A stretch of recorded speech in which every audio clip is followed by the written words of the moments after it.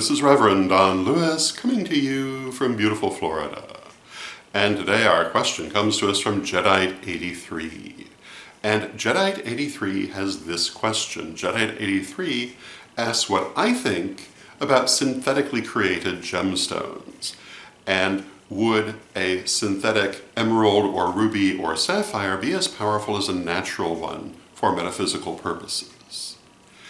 And generally, when I approach a question like this, I want to start by defining our terms. But in fact, Jedi83 has quite precisely defined the terms of their question, and it applies to crystalline gemstones and the difference between naturally formed ones and laboratory-grown ones. And we are going to address that, but I also wanted to address a wider range of synthetic stones. So we will come back to the crystalline gemstones in a moment. And probably the most mundane artificial stones that you will find are the plastic or resin gemstones that are used in crafting that you'll find in craft stores. And do I think they have any metaphysical use? Well, none that I have found. I don't think they have any particular energy, although all things do have an energy, but in terms of metaphysical use, if they have a purpose, I have not found it. Now, if you have, by all means, add it to the comment section. I would love to know if people have found them useful for something, but I don't see what it would be. But you can always learn. Now, moving up a little bit, we have stones made from glass. And in those same craft shops, you will find, for example, oversized diamonds made from glass. Quote, diamonds. Sometimes in many different colors.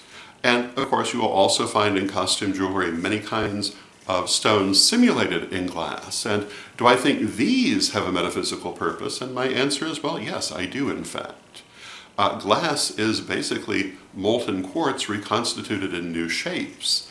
And I have found it very useful in metaphysics. Usually what I would use it for is to focus and amplify energy which I create and press through it.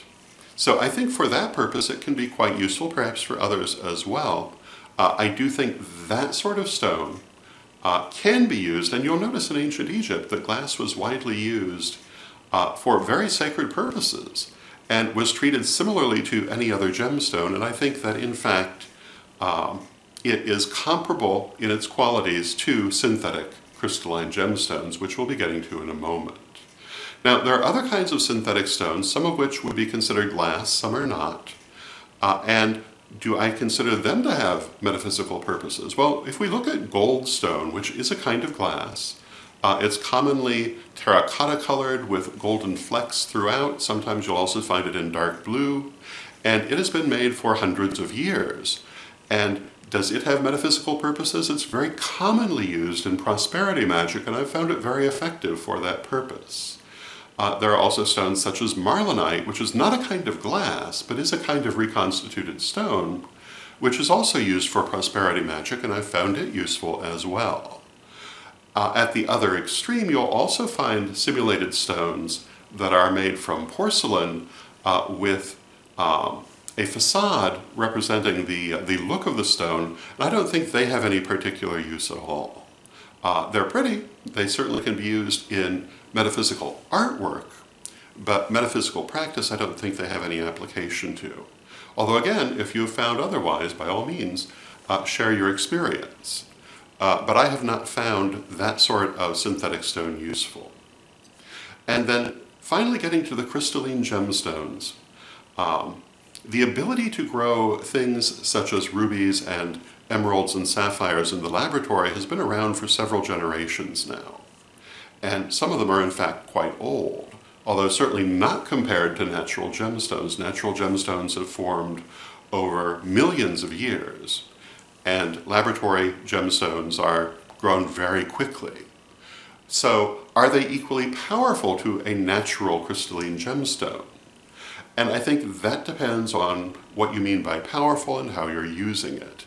I do think they're very useful in metaphysics. I see that they have the same structure as a naturally grown gemstone, and I find they have the same qualities as naturally grown gemstones.